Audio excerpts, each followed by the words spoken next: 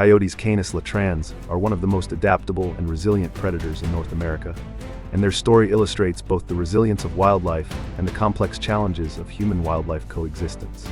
Originally native to the western plains and deserts of the continent, coyotes have dramatically expanded their range over the past century.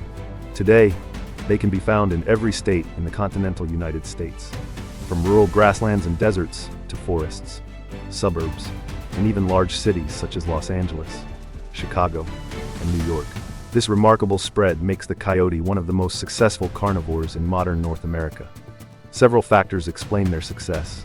Coyotes are opportunistic feeders, capable of surviving on a wide variety of food sources, ranging from rodents, rabbits, and deer fawns to fruits, insects, and even human garbage. They reproduce efficiently, with litters averaging 4 to 7 pups, and their population can rebound quickly even after significant control efforts.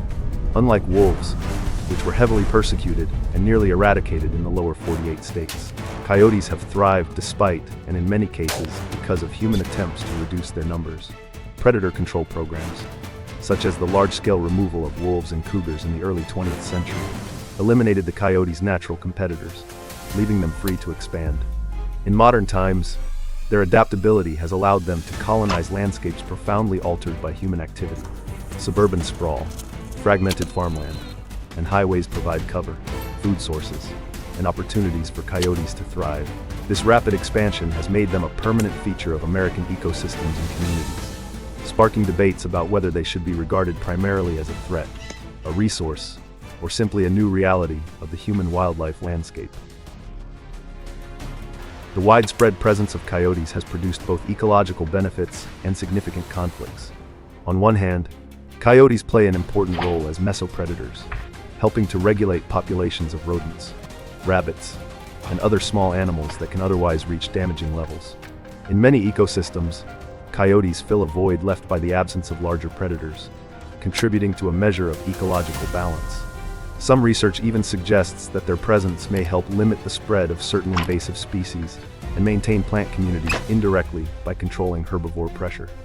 However, their impacts are not uniformly positive. Coyotes are notorious for preying on livestock, particularly sheep, goats, and calves, causing financial losses for farmers and ranchers.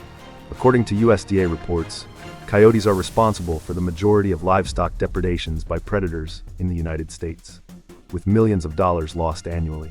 Beyond agriculture, coyotes also pose risks in urban and suburban areas, where they may attack pets or, in rare but alarming cases, threaten human safety.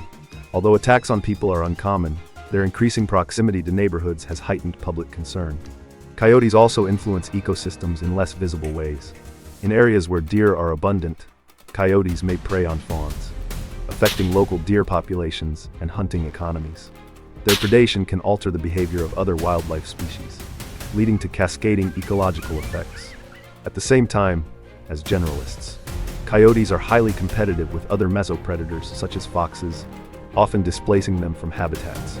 This reshaping of predator communities has long-term consequences for biodiversity and wildlife management. Perhaps the most complex impact is cultural. Coyotes have become symbols of both resilience and nuisance. Some view them as an iconic native species deserving respect and protection, while others regard them as pests to be eradicated. This duality fuels conflict over management strategies and reflects deeper questions about how humans should coexist with adaptable wildlife in an increasingly urbanized nation.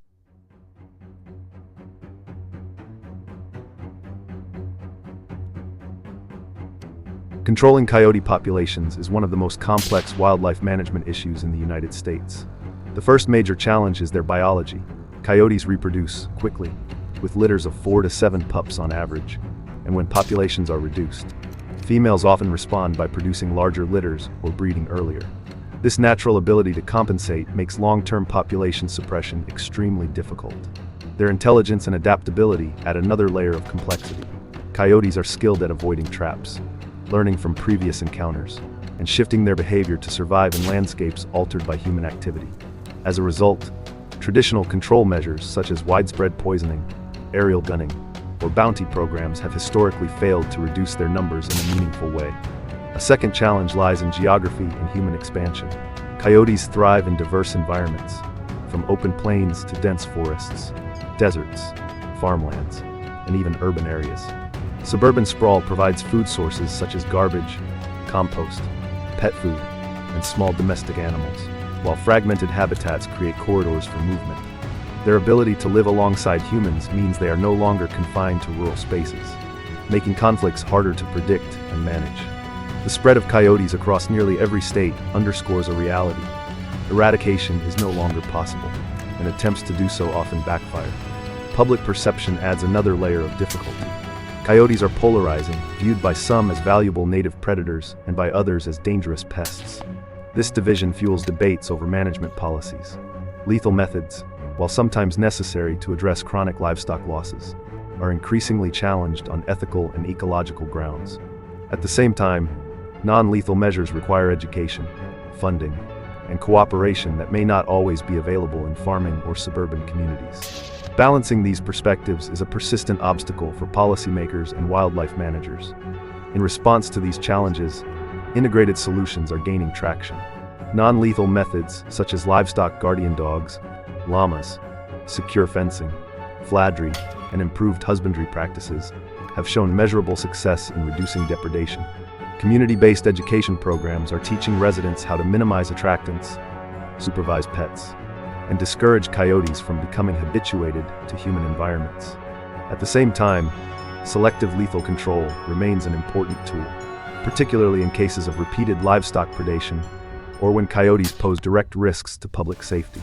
Crucially, management now emphasizes targeted, science-based strategies rather than blanket eradication campaigns. Looking ahead, coexistence is the most realistic path forward. Coyotes are here to stay, and they are likely to remain a permanent fixture in American ecosystems and communities. The challenge for society is not how to eliminate them, but how to live alongside them responsibly. This requires a multi-level approach, strong policies that promote humane, effective management, scientific research that deepens our understanding of coyote ecology and behavior, and active participation from farmers, urban residents, and local governments alike. By embracing coexistence and adapting our practices, we can reduce conflicts, protect livelihoods, and at the same time preserve the ecological functions coyotes provide. In conclusion, the coyote exemplifies both the challenges and opportunities of modern wildlife management. Their adaptability and resilience highlight the limits of human control, but also remind us of the need for innovative, cooperative, and forward-looking approaches.